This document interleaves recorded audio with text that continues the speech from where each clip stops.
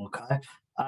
If you guys are talking privately, we won't see that chat. But if you put anything in the chat, everybody, that will actually be saved as well on the webinar. So anything you send privately will be fine. That remains private. But anything you put in the chat to everybody, that'll be live. So, and Helen, feel free to jump in here as I work through some stuff. So one of the key things I wanted to go through to start with is the venue. I've actually had a couple of coaches ask if I can clarify where the venue is in Hamilton. So Sky City is where the venue is. So right bang smack in the middle of town, Victoria Street. You guys will actually enter the building at the back of the Novotel. So when you guys are getting bussed in, or if you're coming in vans or whatever depending on what venue or what accommodation you're at, will depend how you're traveling in and what you're traveling in. But every vehicle will go around the back of Sky City, which is through the Novotel entrance. There's actually the Sky City car park there as well. Athletes and coaches, volunteers will be dropped off at the bottom of Sky City. So on the ground floor, there's actually a wedding venue, which we have also got as part of our facility hire. We're going to use that as a quiet room and also a room for coaches and clubs to store any equipment. If you want to leave things there overnight, more than happy. I don't want you guys having to lug equipment around all the time. So when we get there, that's where the sports information desk will be. So there'll be one desk as soon as you get off the bus. Then we'll actually have someone on the desk doing a bit of wayfinding, directing you where to go. It's very hard to get lost. There's an elevator for those that like to go up the elevator, but then there's also stairs. As soon as you come from there, you're at the bowling. Okay, so that's the actual facility we're using. So some have been there before, but I know a few people did ask me to clarify that. We'll also have people scattered all over the place so you can see, and they'll be looking out for accreditations, and they'll probably meet you off the bus if I'm honest. But if we get inundated with people at any one time, there will be people wayfinding. So don't overthink that and worry about it. It's pretty easy when you get there. It's actually a lot easier than parking at the front of Sky City on the main road of Hamilton and having to get out on a main road. That's near impossible. So pretty happy with where you guys will be getting entering into the building. Once we're in there, we will have access to the room outside and the actual bowling facility itself. So there is a little bit of management that will be needed, and knowing where your athletes are. We'll have volunteers and stuff all over the place, but you'll see when you get there, it's two different floors. So it's just something for you guys to be aware of. The schedule for bowling, this was also a question that came up. I'll just clarify where we're at right now. There is schedule on our website right now, but for those that haven't had time to look yet, Friday is 10 a.m. till 5 p.m. That's the block we've got out, and this is subject to change. I don't think it will change, if I'm honest. Looking at registrations, we have had a few people pulling out, and clubs still a little bit worried that they might be losing one or two athletes, but I don't think it's going to impact the bowling schedule. We have had to make a change. We was going later into the evening, but the venue have come back and asked us to change some of those timings. So we are 10 a.m. till 5 p.m. and we've got the doubles comp down for Friday. Okay, this is on the website as well, so don't feel like you have to write this down. I'm just for those that haven't seen it yet. Saturday, 10 a.m. till 1:15 p.m. we have a doubles comp, so that's the remainder of the doubles comp. 1:30 to 2:30 on the Saturday, we've scheduled for our awards for the doubles. And then after the awards, be a slight break, and then we'll move into the teams comp for 2 hours, which would be 2:45 to 4:45. Sunday, teams comp 10 till 2:15, and then that'll be followed by the awards at 2:45 to 3:45.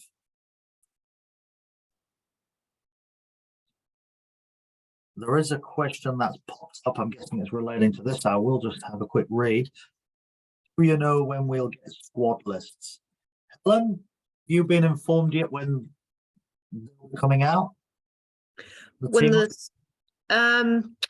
I think they were just waiting to see if there was going to be any changes. So I think it's all good to go from Stacey's end. I'd say in the next couple of days they should be around. And if I'm wrong, apologies, and we'll come back out to you if it's any more than a couple of days, but I don't think it will be. Okay. A couple of people ask logistic type questions, and again, apologies, I'm just overseeing the sport, but I'll try my best to answer. A couple of coaches ask around lunches. So lunches across the full national games are going to be delivered to the venue if they're not catered for at the venue at 10:30. And I'm saying this because I know there's a handful of people on this call that are supporting 2 or 3 sports. So for bowling, it's slightly different. Lunches are going to be catered for at the venue, as far as I'm aware. And they're going to be rolling lunches, from what I was told, Helen. Yeah, that's right. Okay. Yeah. Right. So rolling lunches, depending on when you guys are, when your athletes are participating, it's going to be plenty of food. The food up there is really good. I haven't seen the exact menu, but I've sampled parts when I've been up there playing myself, and it's pretty good. Okay. Yeah, I mentioned the quiet room downstairs. Once the schedule is obviously fully locked and you guys know exactly where you're going to be at what times, you've got open access to use that facility. I'm trying to get some, tea, coffee facilities, all that type of stuff down there for coaches. It's a really big space. So if you guys have, as a team, for example, if you've got quite a big team and you want to sort of commandeer an area, that would be my advice. So when you get in there, maybe just make an area yours. We're not going to block it off and say this is club 1, 2, and 3. It's going to be up to you guys to find your own space in there. It's absolutely huge for what we need. We're going to have someone manning that for security as well. So there'll be, no issues for you guys around the security. That is also going to be where we're going to present the awards. So we're going to set the awards ceremony up in there. And that area will probably be blocked off before you get there anyway. So we are going to do it down there just to get away from the noise within the full Sky City building, because apparently there is a bit of noise that comes from other things that are going on in there. I think they've got some those rooms where you're trying escape rooms. There's things there. I think they're that busy, but we don't want to take that chance. So yeah, awards will be downstairs. One question that came up was around lane conditioning as well. So the venue itself has got 20 lanes. You guys are more into your Tenpin bowling than I am, but we are going to be using 18 of them at any one time. 2 of them will be kept free. Depending on the schedule, we might keep a few more free, but right now it's 2. Lane conditioning, as of last week, I was informed by the venue that will be done in the morning before the competition starts. So hopefully it doesn't impact anything we're doing. A couple of coaches asked about oiling the lanes throughout the day. I've put that back to the venue because obviously it's their venue, they're the experts. They said they do that first thing in the morning. So that's where we're at right now. I have asked for clarification around, do they need a break throughout the day? Because I know that's happened in previous events where there's been a bit of a break, or there's been a few lanes being at any one time getting conditioned. So I put that back onto the venue, but right now they've advised no, it's just in the morning. If there is any changes to that, we will let you know, but that's where we're at this point in time. And it was a really good question. So thank you to the coaches that asked that. There was a couple of you. One of them's not on here, but Okay, I'll get into some of the sporty type questions, unless there's anything from you, Helen, at the minute around the venue. Anything I'm No. missing? No. Yeah, I think you've covered it all. Okay. Was a question that came through from one of our coaches online here. Really cool question. The TVs at the end of the bowling, so at the end of the lanes, there's some pretty big TVs. The question was, are we going to turn them off? Because a lot of their athletes get distracted about it. I'd like to put that out to you guys, because we haven't talked to the venue about it. Every T2 I've been to hasn't been an issue, and clubs have just gone with what the venue do. Is it something, if the majority of clubs here would like me to put that to the venue and ask them to turn the TVs off, I'm more than happy to do that. Is that something clubs would like? We can definitely ask. Yep. If you any objections is probably a better way of doing it. Any objections of me turning the TVs off? I know a lot of our athletes like to. Okay. All right. So that's probably something we can take offline, Helen, and talk to Sky City about. There's no promises there, coaches, but I will put that out there to the venue. I'm sure they've got control over all of them.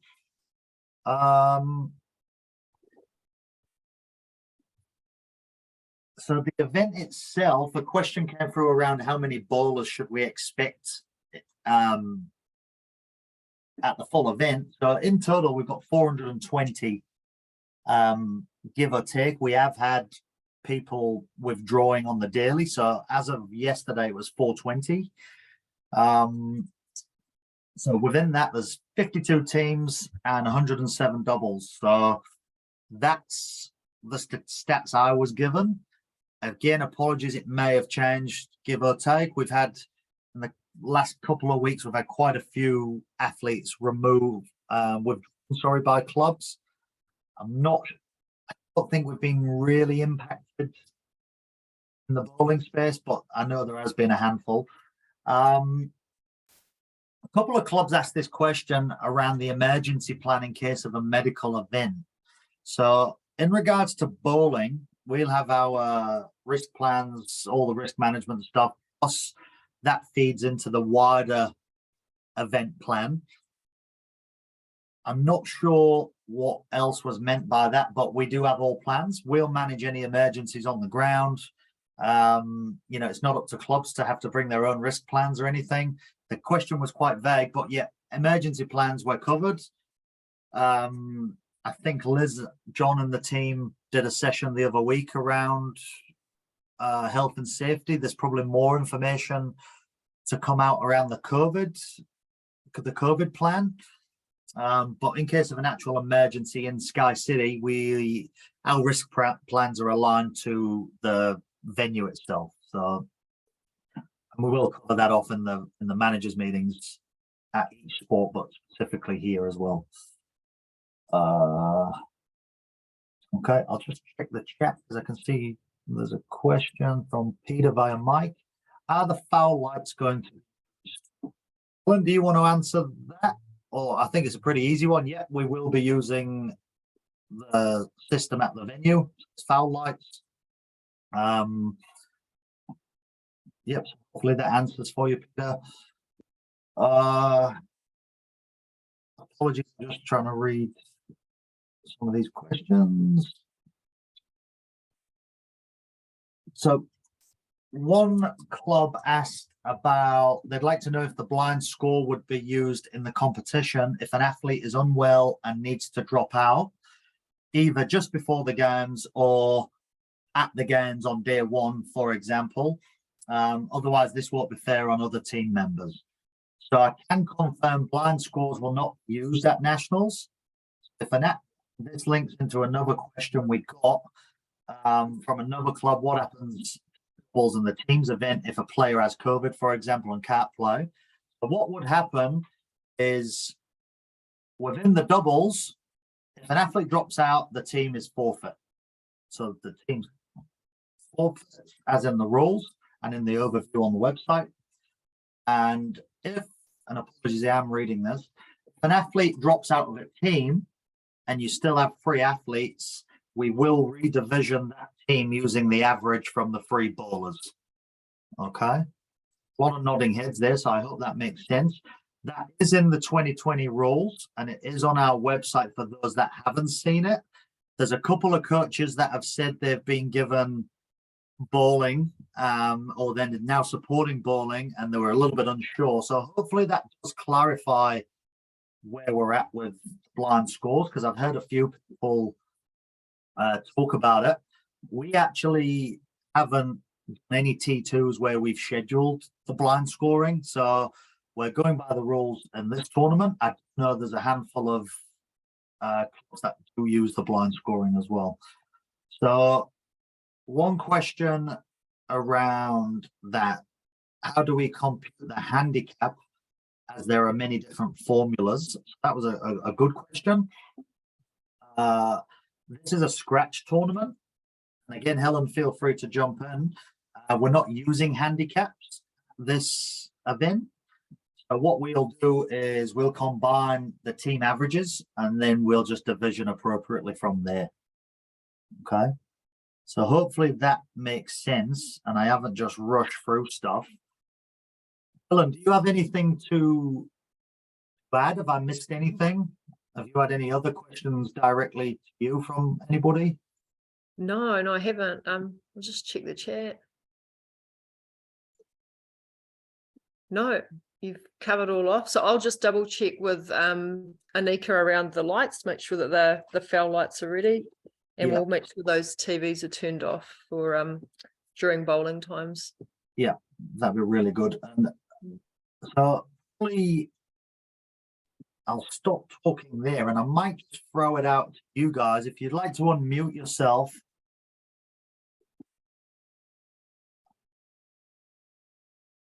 Okay, I see a question from Mike. Hang on.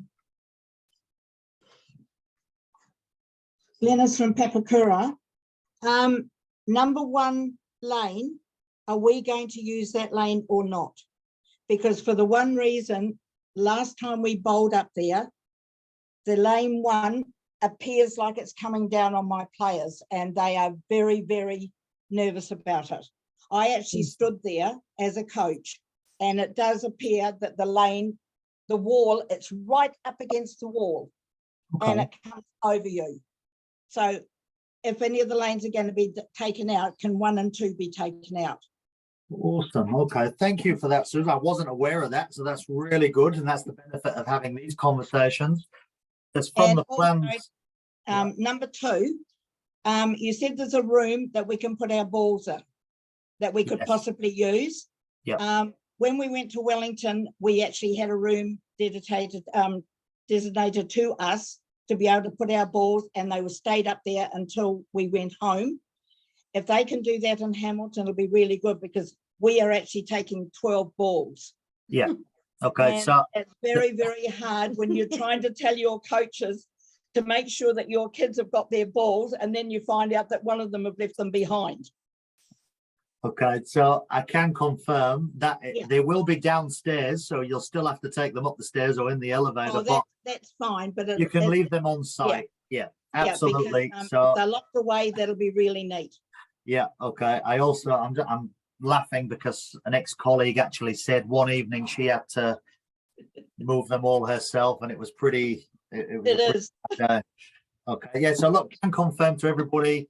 The quiet room downstairs will be. There'll be some space where you can leave some stuff.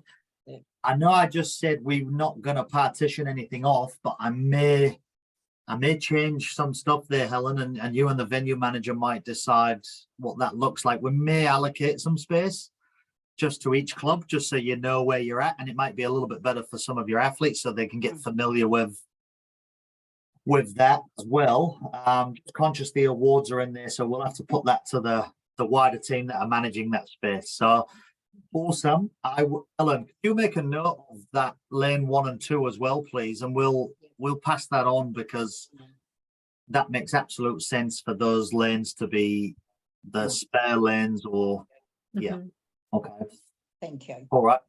Sorry, I'll just jump back into the chat. Fowler, how do I get the scoreless? As you are using the maximum effort rule in all sports, how is it going to be enforced in Tenpin? At this stage, Mike, we're not using the maximum effort rule in Tenpin. Okay. Do we have enough house to use? What we've done, so from the registration forms, we have passed that information on. So those that need equipment, there will be enough there. Okay, so we have been assured that they've got more than enough. Very good facility. Yeah, so Helen, we're obviously in communication again, but as we lead up, we're actually doing another site visit, but that's another thing what will be on our list anyway to check. We'll cross-reference that with those that have said need equipment as well. I don't think that will be an issue. One thing I would say as well, this is something the venue told me to mention, and you guys will relate to this more than I did. Obviously, there's different bowling arenas, so bowling venues. I got told to mention that the pins are on strings at this venue. So the benefit of that is there is less blockages, and it's apparently the system as a whole around the scoring is a little bit more effective than that at the non-string lanes. So probably butchering how I explain that, but hopefully you understand what I'm saying. The pins are on strings, and apparently it's a lot more of an effective system. What I can say is I really enjoyed being in that venue. It's very good. I've been to quite a few now around the country, and I'd say it's one of the best. Helen, not sure if you know this off the top of your head. Do you know how long lanes are? No, I don't. Okay. Sorry. No. Okay. All right. And why I say that is because I've just found out the World Games lanes are about 10 feet shorter than the average in New Zealand. But every one I've been to in New Zealand seems around the same. So I'm not sure if any coaches on here, local coaches, know the length of the lanes, just to share with any other coaches. Lane, isn't it 66 feet? Is it? Okay. If bowling lanes are 10 feet shorter, they're probably not sanctioned by international rules, regulations. We have that forward. Sorry, Asia Pacific have actually voiced some concerns because athletes are training on certain length, and we've only just found out about it. So, okay. All right. Oh, we have got something in the chat here. 60 feet, Hamilton are shorter. Oh, wow. So it's slightly shorter than the norm. So Wow. it's actually good for you guys to know now. Well, you can't practice on it, see? The problem you're checking a different length of lane for bowlers who can't adjust it quickly. Yeah. Yeah. And I didn't want to open up a can of worms, but I just do think it's good to make you guys aware of that. All right. Has anybody got any questions? Any other questions? So hopefully you guys feel comfortable. You're going to get off the bus. You're straight into the quiet room, drop your gear off if needed, check in, and then make your way upstairs. Pretty much everything's there for you guys. When I've been and had a walk around, I actually think it's got a really good flow to it. So where you are, it's more important would be to let bowlers know the approach is shorter. Okay, yeah. So you guys as coaches, really good, good information. Maybe let your bowlers know it is shorter. I don't know what else we can do about it. I do think as a coach, it would be good if you could talk to your athletes, especially those that you know will need that information. Okay, Helen, is there anything from you? No, not at this stage. I've just made some notes from tonight, and I'll just send them through to the event team around what we've discussed anyway, and to Stacey for the draw for lanes 1 and 2. Okay. All right. Excellent. And I've just had a private message come through. So I'll talk to you straight after this. I'll give you a call to that coach. Just a private one, that's fine. Okay. Right. If there's no other questions, I've got nothing else. But look, more than happy for you guys to contact Helen or myself directly. We're really looking forward to the games as a whole. One thing I have spoke around to some coaches offline was around when you're not competing, whereabouts is Claudelands for healthy athletes? So that was a question that come up. Claudelands is actually around the corner, so you're literally probably a 3-minute drive away to Claudelands, where the athletes' village is, and football is there, bocce's going to be there, and indoor bowls is there as well. So there's a little bit of a hub just around the corner. So I am talking to the games team around once the schedule is 100% locked in, you know, working with clubs who might want to get out and about. And some clubs have asked me what else is around if they want to get their athletes out of Sky City for half an hour. Can they have lunch and go for a walk and stuff? There's heaps of things to do, like 5 minutes around where the venue is. So, you know, there's a garden place across the way, which has always got some activations going on.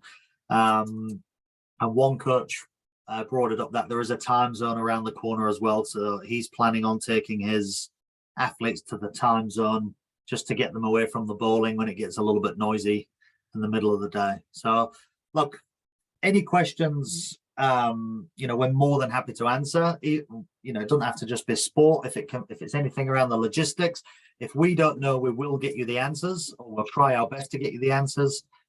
But if there's nothing else, we'll, you know, thank you for your time. I will stop the recording.